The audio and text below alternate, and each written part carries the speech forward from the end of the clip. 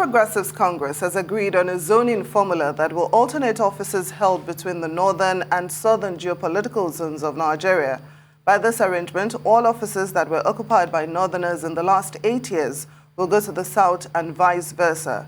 This comes just as President Muhammadu Buhari directed the party's leadership to explore the option of consensus among other options in the choice of its national chairman in line with the party's tradition.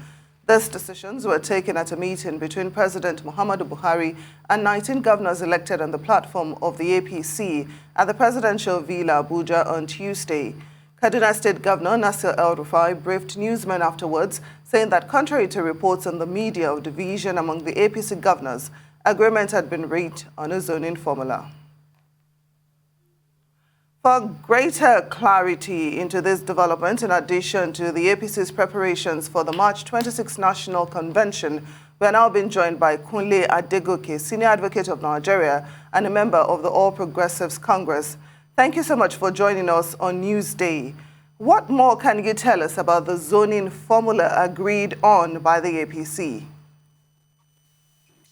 Yes, the zoning formula agreed upon by APC is a process by which all the offices of the party will not be concentrated in one section of the country or in one geopolitical zone or few geopolitical zones of the country.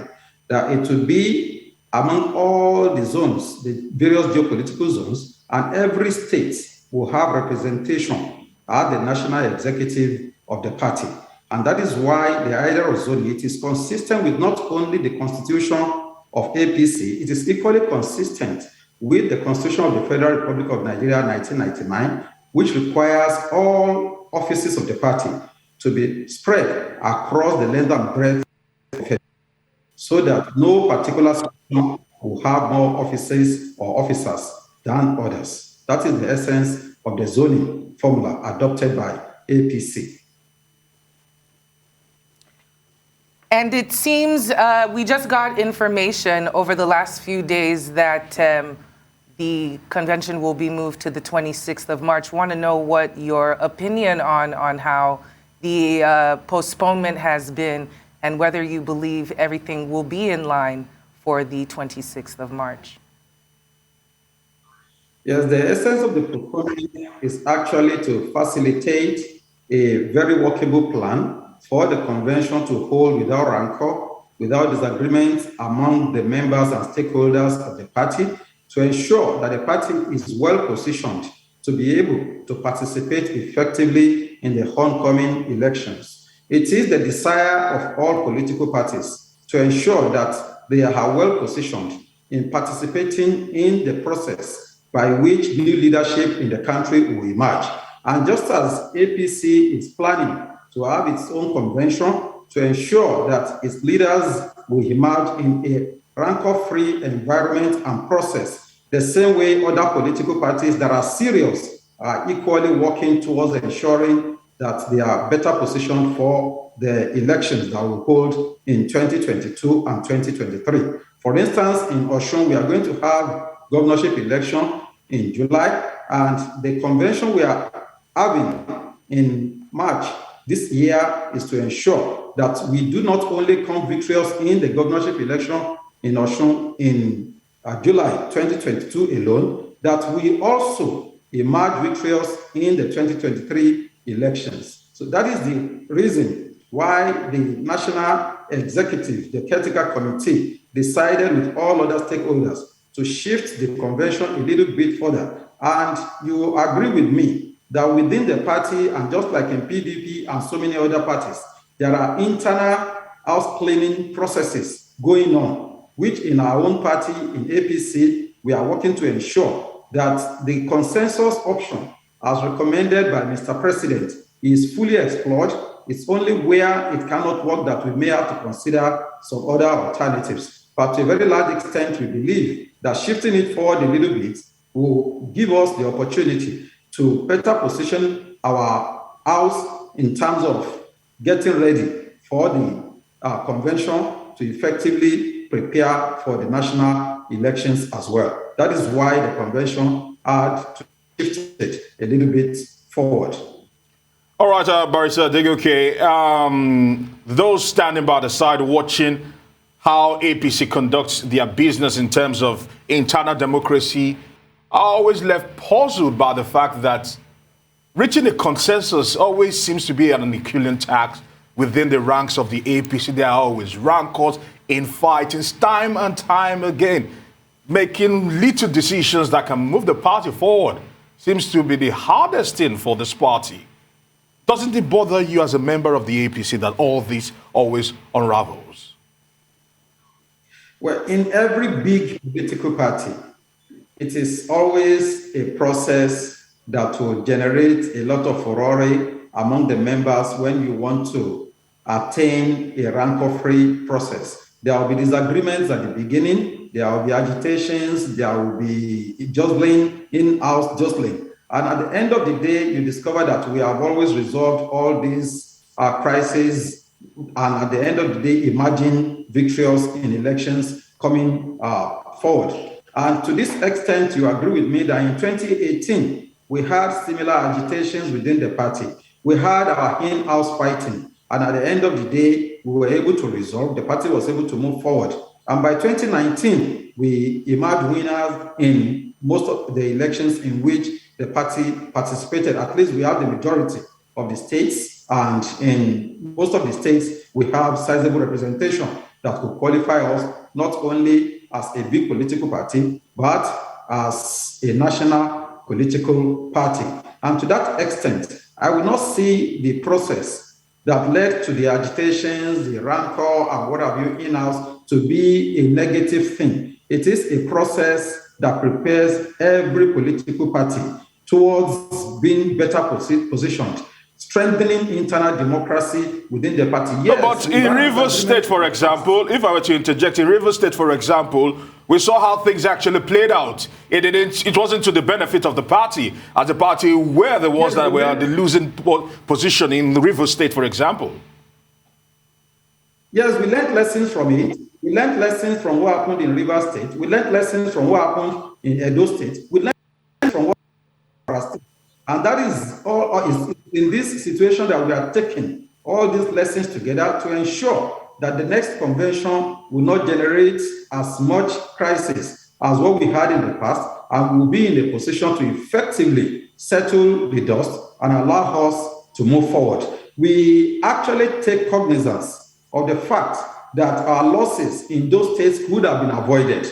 And that is why all the stakeholders came together and made recommendations to the president. The governors all the progressive governors came together and made representations to the president, who effectively and timeously intervened in this particular situation. Otherwise, we probably would have allowed the sore to fester like it did in Edo, leading to what would have been our candidate defecting to the opposition and effectively taking away the victory from Jos. But a situation where we are working towards a consensus cannot be thrown away with the bathwater, believing that it can never go well. There have been many occasions when we have succeeded. For instance, during the last World Congresses in Osun, we were able to make use of consensus. Yes, there were people who felt that, okay, it wasn't good enough, but at the end of the day, we all agreed that the consensus was the best option. Those who felt agreed, who did not want to go with it, did not participate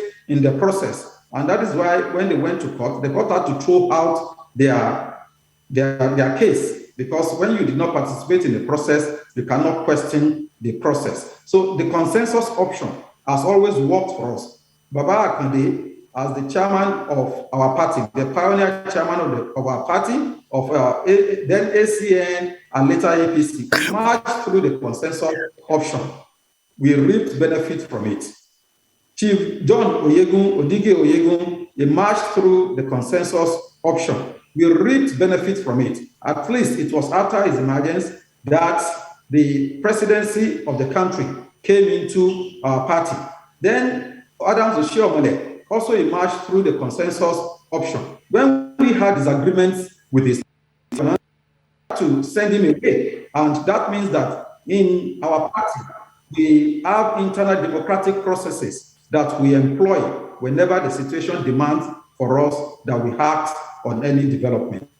So I wouldn't condemn the options that we have been exploiting, you don't throw away the winning formula. We have been winning. So why do we want to discard the option of consensus if it is working for us?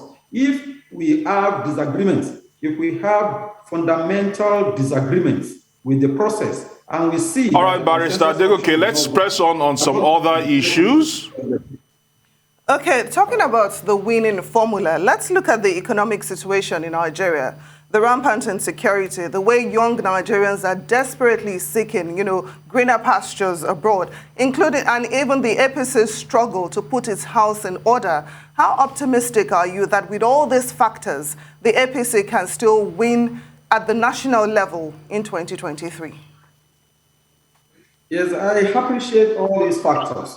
They are factors that I have agitated on so many occasions. They are points that are pointed out on so many occasions: the general insecurity, the economic situation that we have found ourselves in, and even the crisis beleaguering our party.